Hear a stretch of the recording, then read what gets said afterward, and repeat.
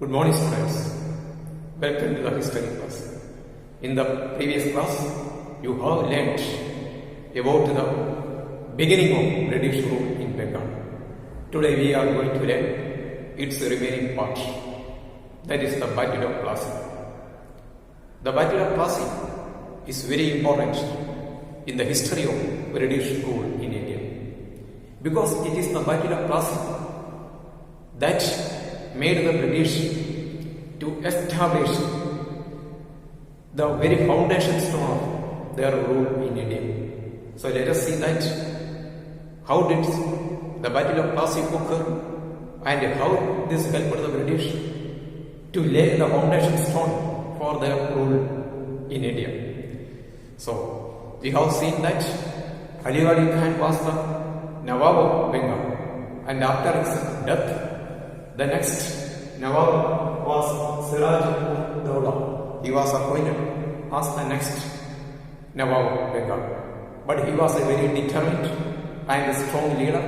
He wanted to stop the authority and the power enjoyed by the British. But the British was more confident because of their winning the fight against the French, as well as they know that the weakness and the inability of the local rulers, because there was no lack of unity among the local rulers. So the British had taken advantage of this everything. And the company also began to fortify, means began to build a wall around the Kolkata.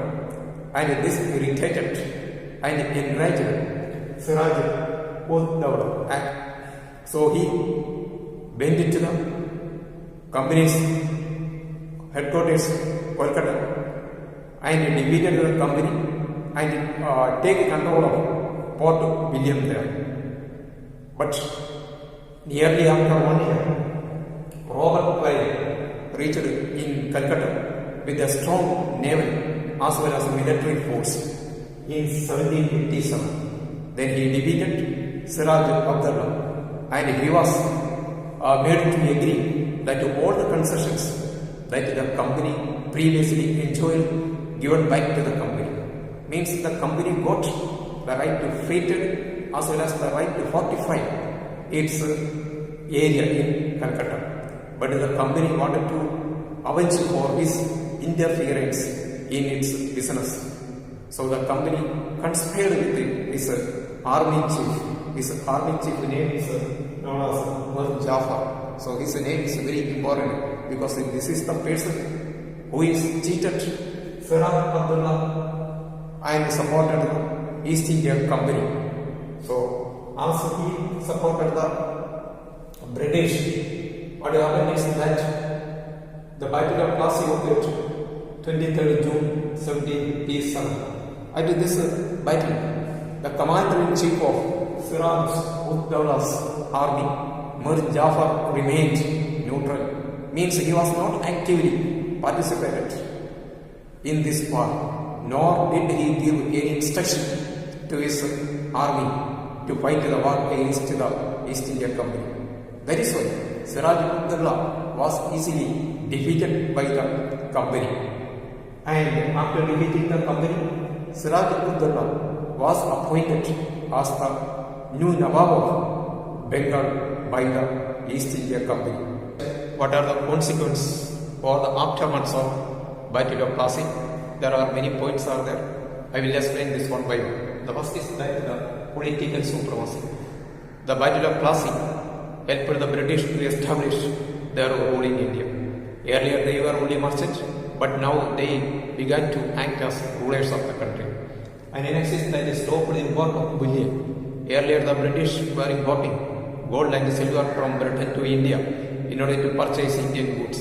But nowadays, as they got the right to revenue collection, they go to the Indian rupees, no need for importing gold and silver from Britain. And third is that free trade. They got the right of free trade in many other areas. Next is that they received zemindari right. So they also got to the right of zemindari right, means the right to collect the revenue directly from the peasants in Odisha, Bihar, other than the Bengal. Next is that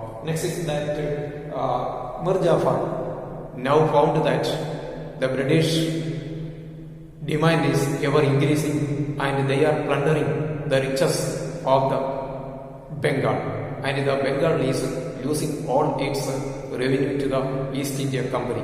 So he was now dissatisfied, and it is very difficult to continue to rule the Bengal.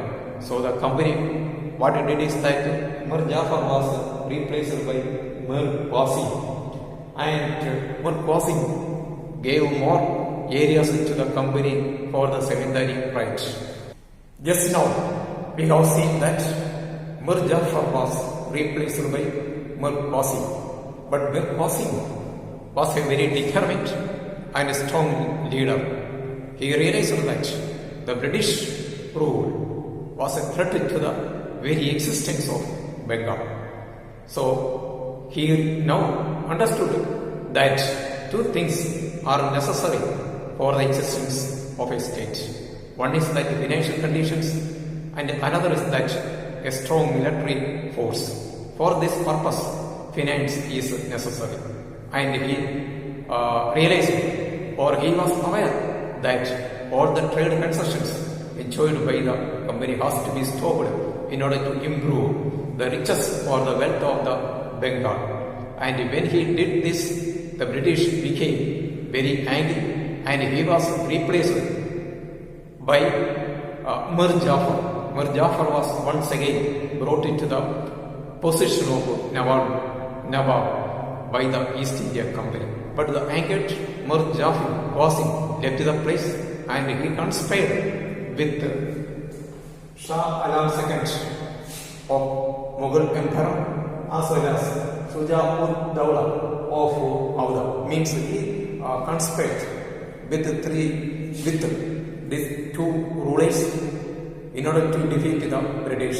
So they formed an alliance and fought against the British. So that war is known as Battle of Bossie. That war is known as Battle of Bossie. That was in 1764. So in this war, Shah Alam II of Mughal Empire and Shuja-ud-Dawla of Awadh was completely defeated by the British force. And let us see that what are the result of this war. The Diwani rights of Bihar, Bengal and Odisha. As a result of this war, the company got the more right of Diwani rights in additional state of Bihar, Bengal and Odisha. And another thing is that Kora and Allahabad was taken away from Shuja-ud-Dawla. Means the two districts belonging to Awadh was taken away by the British, as he participated in this war against the British. And it is that in addition to that, he had to pay 50 lakh compensation to the English East India Company as a war compensation. Next is that Nawab became dependent of company. Means the Nawab of Awadh became a dependent of company. And means for their betterment, the company will keep its troops in Awadh, and all the maintenance expenditure or the cost has to be met by the Nawab. Then British President, the company will appoint its officials at the court of Nawab, and they will interfere in almost all the affairs. Next is that Robert Clive again came back to Bengal as a governor, and after the death of Nawab Mir Jafar, the company appointed its deputy Nawab to the Bengal. By appointing a deputy Nawab to the Bengal, the company got more advantages. Why? Because now they can interfere in all the administrative matters. So there were two administrative power angles in Bengal after this. First is that the real Nawab, and the second is that a deputy Nawab appointed by the company. Means almost all the power were exercised by the company due to the appointment of a deputy Nawab. Dual government of Bengal. Dual means two type of government. Now let us see dual government of Bengal. Dual government means two types of government. So how the Bengal had a two type of government? And first of all, how the Bengal had a two type of government? Because there were two power angles. First power is exercised by the Nawab of Bengal, and all his power was taken away by the East India Company. So there were two power angles in Bengal, and how this worked out we will see. And in 1765, almost all the power centers were in the hands of British. Means very systematically the British has done all this. And first of all, they have taken the position of the deputy Nawab, and later they have taken the deputy Diwan also. And Diwan means the right to collect the revenue. Means this power also came to the hands of the British. So as a result of this, they have the two benefits. They can influence the administration as well as they can collect the revenue from the farmers also. Means the entire administration became in the hands of the British, and we will see more its effect. First is that welfare was neglected. Means for any ruler, the main important is the welfare of the people. But for a East India Company, there was a foreign company. They were not a native people of the country, so they were not interested in the betterment of the people of the country. So what they have done is that they completely forgot the betterment as well as the welfare of the people, and they collected more revenue from the farmers. So the condition of the peasants became very poor under the. And next is that they exploited the wealth. Means all that wealth they exploited from Bengal, not utilized for the betterment of the state, that they were sent to England. Another point is that in 1770, famine broke out in Bengal. Means due to more exploitation of farmers and the state, and famine broke out there, and people don't have anything to eat. This famine, it is reported that lakhs of people were reported to have died due to this famine in Bengal. Means they don't have to eat anything. So that was the condition of British ruling. Next is that corruption of administration. Means corruption affected in all areas of administration. Next is that after Warren Hastings came to Bengal as governor of Bengal in 1773, and Warren Hastings felt that this is the time to place the Bengal directly under the company rule. So he had taken the rule of Bengal, kept it directly under the East India Company. And apart from that, the treasury of Bengal he shifted from Murshidabad to the Calcutta.